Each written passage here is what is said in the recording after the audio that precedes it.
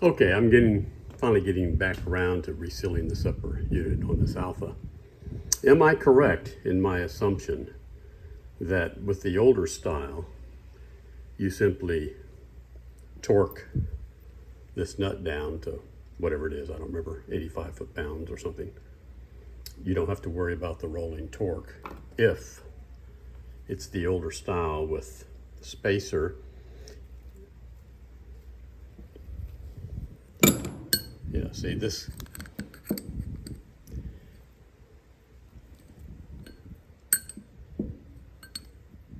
this has a spacer in between these two bearings, and of course I can't pull it off with one finger, but it has a spacer on there.